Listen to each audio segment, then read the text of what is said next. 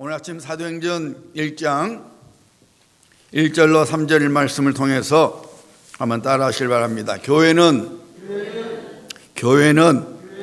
동사입니다. 교회는 동사입니다. 교회에 다니는 어떤 사람에게 누군가가 물었어요. 당신의 교회는 어떤 교회입니까? 그러자 그 사람이 이렇게 대답했어요. 예, 우리 교회는 붉은 벽돌로 지어졌어요.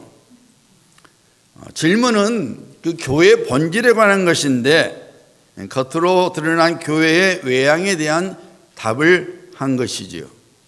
그냥 웃어 넘기기에는 너무나 슬픈 일이 아닐 수 없지요. 누군가가 오늘 아침 예배를 드리고 있는 여러분들에게 당신의 교회는 어떤 교회입니까? 당신이 다니는 누빌 임마누엘 교회는 어떤 교회입니까? 하고 물어보면 여러분은 뭐라고 대답하십니까?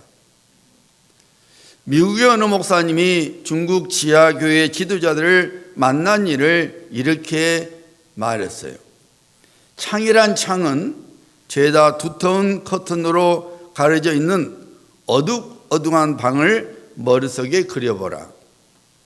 인근의 여러 교회에서 모여든 20명의 지도자들이 맨바닥에 둘러앉아 성경을 보고 있다. 어떤 이들은 몇십 리를 걸어온 탓에 이마에 송골송골 땀방울이 맺혀 있었다. 아침 일찍 일어나 자전거를 타고 온종일 시골길을 달려오느라고 온몸에 먼지를 잔뜩 뒤집은 사람도 보인다. 그것은 일종의 비밀 모임 같았다. 모험이 있다는 사실을 눈치채지 못하도록 도착 시간도 일부러 간격을 두었다. 이들이 사는 이 나라에서는 그런 성격의 모임 자체를 불법으로 규정하고 있다.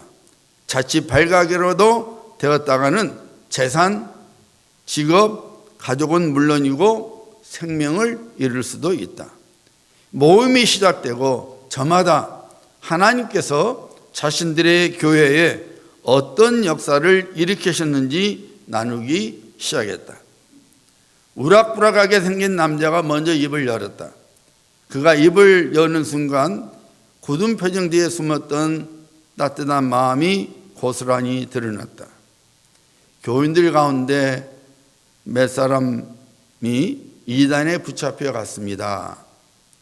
그 형제가 말하는 이단 종파는 예수 믿는 사람을 납치하여 외딴 곳에 가둬두고 고문하기로 악명 높은 단체였다. 혀를 자르는 것쯤은 예산일로 여기는 잔인한 사람들이었다. 교회 식구들에게 닥친 위험을 설명하는 그 목사의 눈에서 하얀 눈물이 흘러내렸다. 마음이 너무 아픕니다.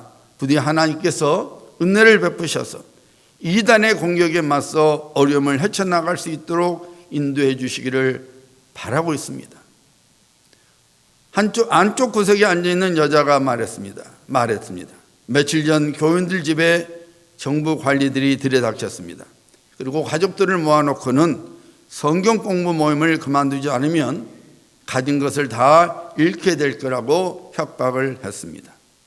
하루아침에 낭떠러지 아래로 추락할 수도 있는 상황에서 어떻게 교회를 이끌어 가야 할지 모르겠습니다. 방안을 둘러보니 너나 할 것 없이 눈물을 뚝뚝 흘리고 있었다. 그들이 고백한 어려움들은 결코 남의 일이 아니었다. 모임에 참석한 지도자들은 서로 돌아보며 말했다. 기도 외에는 달리 방법이 없습니다. 참석자들은 서둘러 무릎을 꿇고 얼굴을 바닥에 댄 채 하나님께 부르짖기 시작했다. 과장된 신학적 수사 따위는 찾아볼 수 없었다. 전심에서 우러나오는 찬양과 간구가 전부였다. 오 하나님, 저희를 사랑해 주셔서 감사합니다. 오 하나님, 주님이 필요합니다. 예수님, 주님을 위하여 우리의 삶을 바칩니다. 예수님, 주님만 믿고 의지합니다. 그 모임을 지켜보면서 나의 마음은 한없이 낮아졌다. 그 지지자들이 엎드렸던 자리에는 어김없이 눈물이 웅둥이져 있었다. 말 그대로 눈물 바다였다. 모험에 참석한 그 목사님이 시골 가정의 교회 파송을 받아서 이제 떠나가야 할 한 형제를 만났는데 그 형제가 그 목사님에게 이렇게 말했어요. 가족들에게는 다시는 고향 땅을 밟지 못할 수 있다고 말했어요. 몹시 험악한 곳으로 복음을 전하러 갈 작정인데 거기서 목숨을 잃을 가능성이 크거든요. 식구들도 의뢰이 그렇게 알고 있습니다.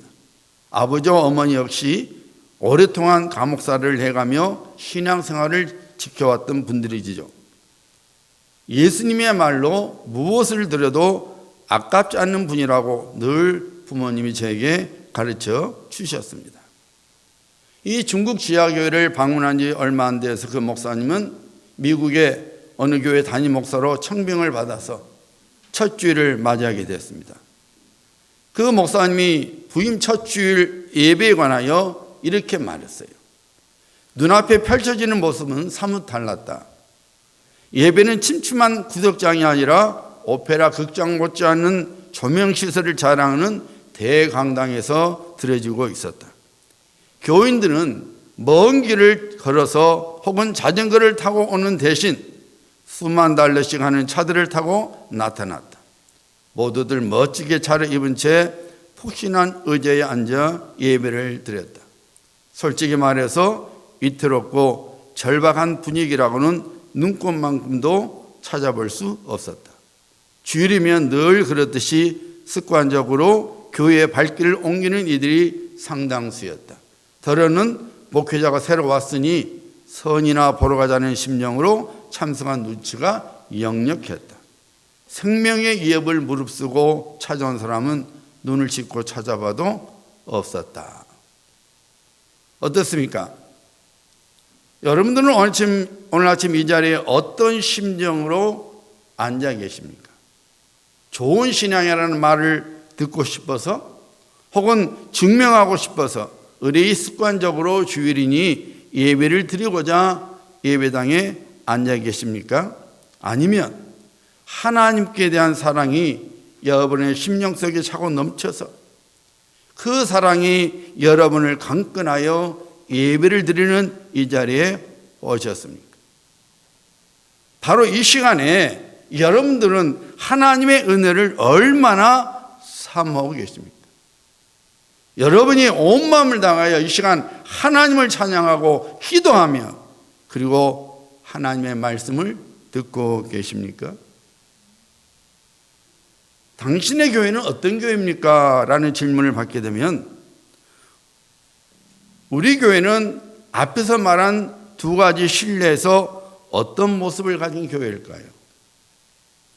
오로지 하나님께만 초점이 맞춰지고 오직 하나님의 이름만 높이고 오직 하나님만 최고로 여기면서 오늘 아침 여러분들은 예배를 드리고 계십니까? 여러분들이 처음 예배를 참석하게 됐을 때를 한번 떠올려 보시기 바랍니다. 그것이 한국이었든지 혹은 미국이었든지 신앙의 깊이 여부를 떠나서 분명히 여러분이 첫 예배를 드렸을 때에 여러분은 마음속에 두려움과 떨림이 있었을 것입니다. 그런데 그 여러분이 알지 못한 그 두려움과 떨림이 아직도 여러분의 마음속에 있습니까? 여러분이 매주일 하나님 전에 와서 예배를 드릴 때에 여러분이 설명할 수 없는 어떤 두려움과 떨림이 아직도 여전히 여러분 심령 속에 있느냐 그 말입니다. 여러분 한 사람이 하나님의 교회일진데 여러분은 어떤 교회입니까? 우리 한 사람이 어떤 교회인지가 얼마나 중요한지 모릅니다. 왜냐하면 이 세상은 우리를 보고 하나님을 찾기 때문입니다. 이 세상은 하나님을 알지 못합니다. 그러나 하나님의 교회인 우리 한 사람 한 사람을 통해서 이 세상은 하나님을 보게 되는 거예요. 예수님께서 말씀하신 대로 우리는 세상의 빛이요 소금입니다. 소금이 맛을 잃어버리면 예수님께서 말씀하신 대로 밖에 버려져서 사람들에게 짓밟히게 되지요. 빛이 가려지게 되면 세상은 여전히 캄캄한 중에 있어야 합니다. 다시 말씀드리면 우리가 하나님의 교회답게 살지 못하면 세상은 여전히 죄악으로 차고 넘칠 수밖에 없고, 하나님의 교회는 세상으로부터 무시를 당하게 많은 거예요. 사랑하는 성도님들, 교회가 무엇입니까? 우리가 어떤 교회가 되어야 합니까? 교회는 성령으로 태어난 성령 공동체입니다. 교회는 예수 그리스도의 십자가의 대속의 죽음과 부활을 증거하는 증인 공동체입니다. 교회는 예수님의 제자를 삼는 양육 공동체입니다. 교회는 자신의 삶을 드리는 헌신 공동체입니다. 교회는 땅끝까지 그리스도의 복음을 전하는 선교 공동체예요. 그래서 여러분, 우리가 주일 아침마다 외우는 교회 비전이 무엇이에요? 우리 누이별말교회 비전이 무엇입니까? 하나님의 말씀으로 양육받아 새 사람이 되며 성령 충만으로 능력받아 지역사회와 열방을 품는 예수 그리스도의 증인이 되며 사랑으로 서로 치유하며 섬겨서 사랑의 공동체를 이루며 진실한 예배 속에서 하나님과의 친밀한 관계를 깊게 하는 교회가 되는 것, 이것이 우리의 기도 제목이 되어야 되고 우리의 소원이 되어야 되고, 이런 교회가 되어야 합니다. 여러분이 날마다 기도하실 때에 여러분이 내가 이런 교회가 되기를, 내가 이런 사람 되기를 기도해야 된다, 그 말이에요. 하나님의 교회로서 우리들이 분명히 가야 할 방향과 목표가 있어요. 엉뚱한 목표와 엉뚱한 방향으로 가면 안 됩니다. 아무리 열심히 달려가도 엉뚱한 방향 가면은 그 다른 박지는 헛수가 되는 거예요. 그렇지 않아요? 아무리 열심히 일을 해도 그 목표가 엉뚱한 목표면은 그 열심히 일한 것이 아무 소용이 없습니다. 하나님의 교회로서 우리가 마땅히 가야 할 방향이 있고, 하나님의 교회로서 우리가 마땅히 가져야 할 목표가 있는 겁니다. 교회가 가야 할 방향, 교회가 가져야 할 목표를 가지고 달려가야만이 우리가 주님 앞에 서는 날 주님께서 위로의 손수건으로 우리의 열심히 살았던 삶을 닦아주시면서 참 잘했다, 착하고 충성된 나의 종아, 정말 잘했다, 내 잔치에 참여할지어다 하고 말씀해 주실 것입니다. 저는 그 순간을 가장 기다리고 있습니다. 그거 생각만 하면 가슴이 떨려요.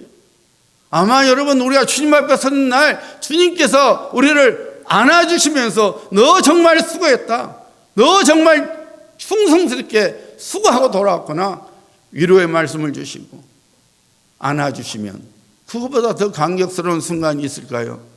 이 세상의 어떤 것도, 어떤 감격도 주님을 만나는 그 감격과 비교될 수가 없을 것입니다.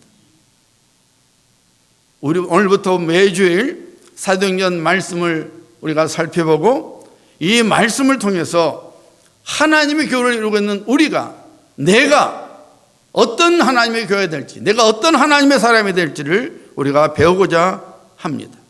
그래서 하나님께서 우리 교회를 세우신 뜻을 이루어가는 하나님의 거룩한 교회가 되어야 하겠습니다. 여러분, 잊지 마셔야 합니다.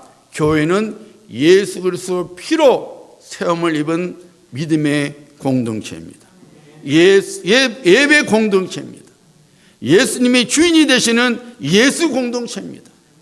사탄의 권세가 감히 이기지 못하는 능력 공동체입니다. 그리고 천국 열쇠를 가진 전도 공동체입니다. 우리들이 이런 교회로 세움을 입어야 돼요. 우리 한 사람 한 사람이 이런 하나님의 사람이 되어야 합니다. 사도행전은 여러분이 잘 아신 대로 누가복음을 기록했던 누가가 기록했어요. 누가는 의사였지만 사도 바울의 동역자였죠. 그는 사도는 아니었지만은 성령 충만한 성도요, 또한 신학자요, 역사가입니다. 그래서 사도행전은 성경을 분류할 때 역사서로 분류돼요. 교회가 어떻게 탄생했으며 교회를 통하여 어떤 기적의 역사들이 일어났고 제자들이 어떻게 성령을 받았으며 예수님께서 이 성령 사도들 통해서 어떻게 하나님을 세워나간지를 기록해주고 있기 때문에 사도행전은 역사서로 분류가 되는 거예요. 누가가 평신도였지만은 성령 충만함 속에서 성령의 감동 속에서 이 모든 것들을 기록해 준 것이 바로 사도행전이에요. 사도행전은 말대로 사도들이 행한 것을 전한 것 이렇게 되죠. 하지만 실상은 성령께서 사도들을 통하여 어떻게 하나님의 나라를 세우고 확장해 나가는 것을 보여주고 있는 것이 사도행전이에요. 그러니까 여러분, 사도행전의 주어는 성령님이시고 성령님과 함께 하나님 나라를 세워갔던 사도들은 동사인 거예요. 마찬가지예요, 여러분. 오늘날에도 성령님께서는 그리스도 예수 안에서 구원을 받아 하나님의 교회가 된 우리를 통해서 하나님 나라를 세워나가기를 원하시고 확장해 나가시기를 원하십니다. 그래서 우리의 신앙세계에서 우리의 삶에서 주어는 성령님이시고 동사는 우리가 되는 거예요. 우리는 성령께서 말씀하신 대로 행하는 일꾼이 되어야 합니다. 사랑하는 여러분, 교회의 주어는 사람이 아닙니다. 교회의 주어는 성령 하나님이에요. 교회를 이루고 있는 우리는 행동을 보여야 하는 동사입니다. 여러분, 오늘날 왜 많은 교회들이 상처를 입고 또한 추한 모습을 보이고 있으면서 사람들로부터 불신자들로부터 손가락질을 받는지 아십니까? 동사 역할을 해야 할 교인들이 주어 역할을 하려고 들기 때문이에요. 여러분, 역할이 바뀌어지면 안 됩니다. 거기엔 분열과 논쟁과 싸움만 있을 뿐이에요. 예를 들어서 갓 입사한 신입사원이 CEO 역할을 하겠다고 덤벼들어 봐요. 안 되지요. 회사원은 교회 CEO가 정한 방침대로 그 정책대로 움직이면 되는 거예요. 그래야 그 회사가 제대로 돌아가는 것이지, 신입사원이 자기가 주어가 돼갖고 내가 할 테니까 이러면은 안 되는 거예요. 교회도 마찬가지예요. 성령 하나님이 주어예요. 교회를 이루고 있는 우리는 성령 하나님께서 말씀하신 대로 움직여야 되는 거예요. 그래야만이 그 교회가 거룩한 교회요, 하나님께서 기뻐하시는 교회요, 하나님의 뜻을 이루어가는 교회가 되는 것입니다. 하나님 아버지를 여러분의 인생 주인으로 늘 인정하셔야 됩니다. 예수 그리스도를 여러분의 인생 주인으로 늘 인정하셔야 됩니다. 성령님을 여러분의 인생의 주인으로 늘 모셔야 합니다. 만약 여러분 자신이 여전히 여러분의 인생의 주인으로 섬기고 살고 있다면, 그래서 여러분의 생각대로, 여러분이 좋을 대로, 여러분의 욕심을 따라 살아가고 있다면 장담하건대 여러분은 구원받지 못한 거예요. 여러분, 예수천당 불신지옥 들어보셨죠? 이전에 최곤능 목사님, 정말 세상에 불량하고 세상의 망난이었던 사람이 예수님 믿고 주의 종이 되어서 늘 시장에 나가서 예수천당 불신지옥을 외쳤던 목사님인데, 우리가 한 번쯤 들어봤겠죠, 여러분. 여러분, 예수님을 나의 주와 구주로 믿는 자는 천국에 가지만, 예수님이 아니라 자기 자신을 여전히 인생의 주인으로 알고 살아가는 사람은 지옥에 가게 됩니다. 여러분들이 믿든지 안 믿든지 간에 성경에 선포한 대로 천국과 지옥은 있습니다. 성경에서 분명히 증언하기를 지옥은 꺼지지 않는 불이 타는 곳입니다. 세세토록 고통을 당하는 곳입니다. 불과 유황못으로 장차 마귀와 타락한 천사들, 거짓 영들이죠. 그리고 구원받지 못한 사람들이 던져져서 영원토록 형벌을 당하는 곳입니다. 여러분이 교회를 오래 다녔다고 해서 구원받았다고 착각하시면 안 됩니다. 여러분들이 교회 직분을 받았다고 해서 구원받았다고 오해하시면 안 됩니다. 구원은 우리의 행위나 공로로 받는 것이 아닙니다. 예수 그리스도를 나의 주와 구주로 믿을 때만이 구원을 받습니다. 그리고 장미꽃은 늘 장미꽃이듯이 구원받은 성도는 구원받은 성도의 모습이 있습니다. 그것은 내 인생의 주인은 더 이상 나가 아니라 예수 그리스도라는 것을 드러내는 거예요. 자, 오늘 말씀 보세요. 1절에 보면은 데오빌러여 이렇게 나옵니다. 누가가 데오빌러여 하며 이름을 먼저 부르고 있죠. 누가복음에는 데오빌로 카카여 이렇게 나와 있어요. 이로보건대 데오빌로는 당시 로마 제국의 관리였음을, 고위 관리였음을 우리가 알 수 있어요. 카카란 말을 썼잖아요.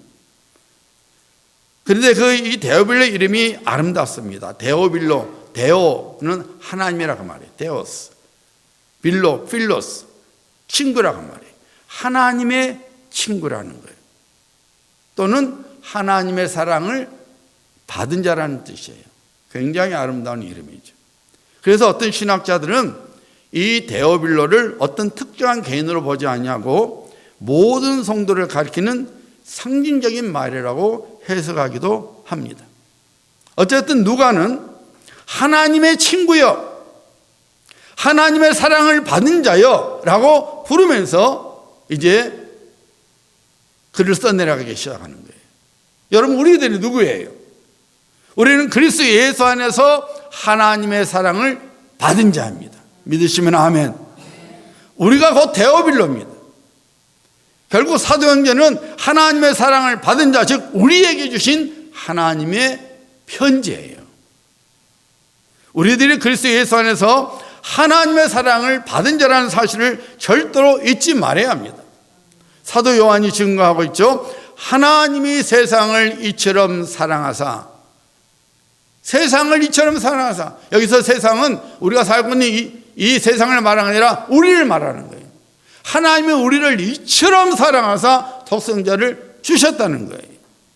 로마서 5장 8절이죠. 우리가 아직 죄인 되었을 때에 그리스도께서 우리를 위하여 죽으심으로 하나님께서 우리에게 대한 자기의 사랑을 확증하셨느니라. 에베소서 2장 4절 5절입니다. 긍휼이 풍성하신 하나님이 우리를 사랑하신 그 큰 사랑을 인하여 허물로 죽은 우리를 그리스도와 함께 살리셨고 너희는 은혜로 구원을 받은 것이라. 우리를 향한 하나님의 사랑이 얼마나 큰지 사도 바울이 성령의 감동 속에서 이렇게 선포했죠. 우리가 좋아하는 로마서 8장 37절로 39절 말씀이죠. 이 모든 일에 우리를 사랑하신 이로 말미암아 우리가 넉넉히 이기느니라.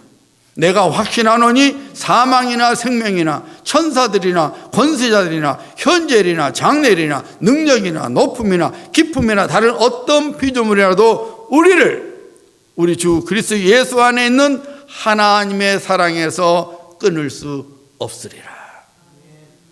우리를 향한 하나님의 사랑을 그 어떤 것도 끊을 수 없다는 거예요. 사랑하는 성도님들, 그래서 하나님의 사랑을 받고 사는 사람은 결코 망하지 않습니다. 육신의 눈으로 보면 소망이 없는 듯하게 보이고 망할 것 같아도 하나님의 사랑을 입은 자는 넉넉히 이기는 인생을 살아가게 됩니다. 아브라함의 인생이 실패했습니까? 조카 롯이 좋은 땅 다 차지했어요. 아브라함이 차지한 땅은 볼모였습니다. 볼모지였습니다. 하지만 아브라함이 하나님의 사랑을 입었기에 그는 그 볼모지에서도 거부가 되는 복을 누렸어요. 요셉이 억울한 옥살이를 했습니다. 종살이 했습니다. 그러나 하나님의 사랑을 입었기에 요셉은 그 어려운 과정에서 이기고 결국 자기의 가문과 많은 사람들을 생명을 살리는 하나님의 일꾼이 되었습니다. 구원의 도구가 되었습니다. 당시 최강대국의 제2인자가 되어서 그를 향한 하나님의 뜻을 능히 이룰 수 있는 행복한 자가 되었습니다. 하나님의 사랑을 입었기에 다니엘이 사자굴에 던졌지만은 거기에서도 오히려 그는 하나님의 큰 기적과 보호하심을 경험했고 그를 통하여 하나님의 살아계심이, 하나님의 위대하심이 증거되지 않았습니까? 호주의 닉 부이치치라는 사람은 테트라 아멜리아 증후군이라는 희귀병으로 태어나서 날 때부터 두 팔과 두 다리가 없었어요. 모든 건 정상인데 두 팔과 두 다리가 없었어요. 작은 발만 붙어 있었습니다. 그마저 왼발에 두 발가락만이 있었을 뿐이었어요. 자기가 봐도 얼마나 흠칫겠겠어요, 여러분. 그래서 이 닉 부이치치는 심한 우울증으로 인하여 8살에 자살을 3번이나 시도를 했어요. 근데 그때마다 살아났어요. 10살에 하나님의 사랑이 그에게 임했어요. 하나님, 제게 팔과 다리를 주세요. 다른 사람들처럼 제게도 팔과 다리를 주세요 하고 기도했는데 하나님께서 그 마음의 감동을 주시기를 너는 내가 사랑하는 아들이요 내 영광을 위해 내가 너를 쓸 것이니 기뻐하라고 했어요. 기도를 통해서 하나님의 사랑을 받고 나는 걸 깨달았어요. 그때부터 그의 생각은 달라졌습니다. 삶이 달라졌습니다. 하나님께서 그의 인생을 사용하셨다는 위로를 통해서 그는 장애이지만은 장애인처럼 살지 않았습니다. 오늘날 그는 목사가 되어서 지체장애를 포함하여 수많은 사람들에게 소망의 메시지를 전하고 있습니다. 믿음의 배우자를 만나서 4자녀가 5자녀가 있어요.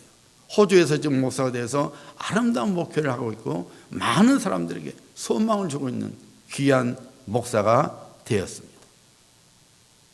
차 사고 화상으로 인하여 예쁜 얼굴을 잃어버린 이지선 양은 여러분의 수술에도 불구하고 여전히 흉측한 얼굴을 하고 있는 자기 자신을 거울로 보면서 옥상에 올라가겠다는 마음이 저절로 들었다고 합니다. 그 말은 무슨 말이에요? 자살하겠다는 말이잖아요. 옥상에 가서 떨어져 죽겠다는 것이죠. 자기를 살리는 오빠에게 왜 나를 살려놔서 이 지옥 같은 삶을 살게 하느냐며 늘 불평과 원망을 늘어놓았다 합니다. 하지만 그 이지선 자매가 자기 자신을 향한 하나님의 사랑을 깨닫게 되자 그냥 인생은 달라지기 시작했습니다. 지금은 소망의 전도자가 되어서 많은 사람들의 희망을 나눠주고 있는 하나님의 귀한 사람으로 살아가고 있습니다. 자신이 나왔던 이화여대 교수가 되어 있고 또한 많은 교회를 다니면서 소망을 잃어버린 자들에게 소망을 주고 있는 정말 아름다운 사역을 하고 있는 이지선 교수님이십니다. 사람이 봤을 때는 소망이 없었죠. 끝이지요. 본인들도 끔찍해서 자살하려고 했지 않습니까? 그러나 하나님의 사랑이 임하니까 그 사랑을 깨닫게 되니까 그 사랑을 붙드니까 그 사람들의 인생이 달라진 것입니다. 사랑하는 여러분, 여러분들이 남들과 비교했을 때 내가 뭔가가 부족하고 내가 뭔가 좋지 않은 환경이 있고 내가 좀 힘든 인생을 살고 있다고 불평하거나 낙심하지 말아야 합니다. 그 대신에 내가 그리스도 예수 안에서 하나님의 사랑을 받은 사람이라는 것을 믿어야 합니다. 하나님의 사랑을 붙들어야 합니다. 내가 비록 지금 어려운 중에 있지만 내가 비록 내 사정이 지금 안 좋지만 내가 지금 낙심할 수밖에 없는 환경이지만 그럼에도 불구하고 하나님의 사랑이 내게 있으니 하나님께서 이마저도 사용하시라는 것을 믿어야 되고 하나님께 소망을 두고 하나님을 붙들면 닉 부이치치 목사님에게 일어났던 일이 이지선 교수님에게 일어났던 일들이 다니엘에게 일어났던 일들이 요셉에게 일어났던 일들이 아브라함에게 일어났던 일들이 우리에게도 일어나는 것입니다. 우리가 제2의 아브라함이 될 수 있고 제2의 다니엘이 될 수 있고 제2의 닉 부이치치 목사님이 될 수 있고 제2의 이지선 교수님 같이 되는 것입니다. 하나님의 사랑을 붙들어야 합니다. 내가 하나님의 사랑을 받은 자는 사실을 절대로 잃어버리지 말아야 합니다. 자, 오늘 본문 말씀 다시 1절을 보시길 바랍니다. 데오빌러여 내가 먼저 쓴 글에는 무릇 예수께서 행하시며 가르치시기를 시작하시면부터 먼저 쓴 걸 뭘 말하는 거예요? 누가복음을 말하는 거예요. 내가 먼저 쓴 걸 누가복음에서 무릇 예수께서 행하시며 가르치시기를 시작하심부터 이렇게 나옵니다. 누가는 예수님께서 행하신 것을 가르침보다 더 먼저 두고 있어요. 예수님께서 이 땅에 오셔서 먼저 하셨던 일은 가르치신 것이 아니라 행하셨다는 거예요. 일전에 TV 모 프로그램에서 출연자 중에 한 분이 이런 말 하더라고요. 자기 딸한테 이거 해라 저거 하지 마라 해도 절대 말을 안 듣는데 오늘 보니까 딸이 자기가 하던 것을 그대로 하더랍니다. 그래서 깨달았대요. 말로 하는 것이 아니라 내가 본을 보면 되는구나. 그때부터 딸한테 이거 해라 저거 해라 이거 하지 마라 저거 하지 않고 자기가 본을 보며 살았다는 거예요. 맞지요? 여러분, 우리 예수님께서 우리에게 와서 이 세상에 와서 내가 누구게 하지 않았어요. 너희들 내 말 잘 들어봐. 지금부터 내가 하는 말은 천사들도 듣고 싶었던 말이야. 이건 먼저 하지 않았어요. 예수님께서는 먼저 행하셨어요. 하나님에서도 불구하고 사람으로 오셨어요. 그것도 천하고 천한 마구간에 태어나셔서 우리처럼 평범하게 오셨어요. 행하셨어요.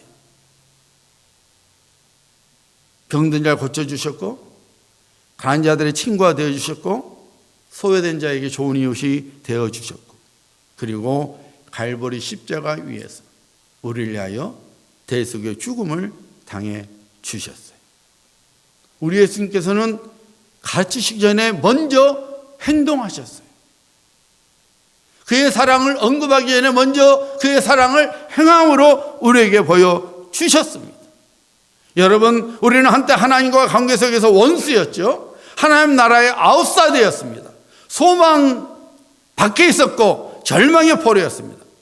그런 우리를 예수님께서 이 땅에 오셔서 하나님의 어린 양으로서 나의 허물과 죄를 대신하여 갈보리 십자가 위에서 죽어 주셨습니다. 이런 예수님의 사랑의 행위로 인하여 우리는 하나님의 자녀가 되었습니다. 하나님 나라의 인사이드가 되었습니다. 이제는 소망을 품고 살아가는 자가 되지 않았습니까? 그러므로 여러분, 우리 역시 하나님의 사랑을 입은 자답게 예수님의 사랑을 입은 자답게 우리의 사랑을 주님께 보여드려야 합니다. 말로만 주님이 아니라 우리의 행함으로 주님을 보여드려야 합니다. 말로만 예수 믿으세요 하지 말고 먼저 예수 믿는 자의 삶의 본을 보여줘야 합니다. 여러분의 자녀에게 기도하는 부모의 모습을 보여줘야 합니다. 여러분의 자녀에게 하나님의 말씀이 그 무엇보다도 먼저인지를 여러분의 행동으로 보여주어야 합니다. 여러분의 주변 사람들에게 여러분이 예수 믿는 자라는 것을 예수 그리스도의 한계를 행동으로 보여주어야 합니다. 여러분이 어디에 있든지 간에 존경받는 자가 되어야 돼요. 물론 모든 사람이 다 우리를 존경할 수는 없지요. 내가 아무리 잘해도 나를 미워하는 사람이 있잖아요. 그건 열애고 하지만 모든 경우에 있어서 많은 사람들이 우리를 존경하는 자가 돼야 돼요. 그런 삶을 우리가 살아야 됩니다. 교회는 참 특이한 거 있죠. 여러분 신앙생활 하시면서 교회 생활 하시면서 상처 주신 적이 있습니까? 그러면 아무도 손 안 들어요. 상처 주신 적 있어요? 그러면 이러고 아무도 천만이 이러고요. 근데 여러분 교회 다니시다가 상처 입은 분 있습니까? 다 들어요. 그럼 뭐예요? 나는 상처를 준 일 없는데 상처 입은 사람이 다래. 그게 교회예요. 그게 여러분이 우리예요. 여러분 누군가가 어려움을 당할 때 제발 평가하지 마세요. 판단하지 말아야 돼요. 하나님께서 기도해라고 그런 일 준 거예요. 그런 말 하지 말아요. 상처 입어요. 맞는 말인데 왜 상처 입어요? 여러분이 상처 입어요. 그냥 얼마나 힘드세요. 제가 기도하겠습니다. 이러면 돼요. 다 기도하라고 하신 거예요. 회개할 것 있나 봐요. 그런 말 하지 말아요. 그것은 하나님이 하실 일이고 성령님이 하실 일이고, 그리고 혹시 담임 목사가 할 일, 저는 그 말도 조심드릴게요. 목사라지만. 근데 여러분이 그런 말 하면 안 돼. 힘들어하는 사람한테는 힘든 것을 동참해 주면 되는 거예요. 뭔 말 하지 말아요. 안 해도 돼. 들어주기만 해도 그분은 위로받아요. 절대로 여러분이 다른 사람의 신앙에서 일어난 일에 대해서 이러쿵저러쿵 하지 말아요. 내가 좋은 말 했으니까 상처 입은 자, 상처 준 일 하나도 없다 생각하는 거예요. 근데 상처받았다 그런 거야, 다. 제발 우리 누이별말교 성도님들은 그런 사람이 하나도 없기를 바랍니다. 상처 주는 일도 없고 상처받는 일도 없어야 돼요. 혹시 누군가가 상처 주는 일이 생기면 그래, 저분이 몰라서 그렇지 뭐 하고 그냥 용서해 주면 돼요. 그것 때문에 삐돌이 삐순이 되지 말고 자기만 손해요, 결국은. 여러분, 교회는 예수님께서 주어이시고 성도인 우리는 동사가 되어야 합니다. 따라서 그리스도인들은 예수님의 동사로서 교회 안에서 자신의 손과 발을 통하여 모든 것을 예수님의 말씀대로 움직여야 합니다. 그리고 세상 생활에서도 주님의 동사로서 주님의 말씀대로 움직여야 합니다. 그것이 참된 교회의 모습이요, 성도의 모습입니다. 이런 성도님들, 그리고 이런 우리 교회가 되기를 예수님의 이름으로 축복합니다. 잊지 마실 바랍니다. 우리는 교회의 동사, 주님의 말씀대로, 성령의 말씀대로 행동하는 사람입니다. 순종해야 하는 사람입니다. 이런 성도님들 되셔서 하나님의 놀라운 은혜 속에서 하나님의 약속의 복을 차지하시고 삶 속에 기쁨과 평강이 넘치는 우리 복된 성도님들 되시기를 예수님의 이름으로 축복합니다.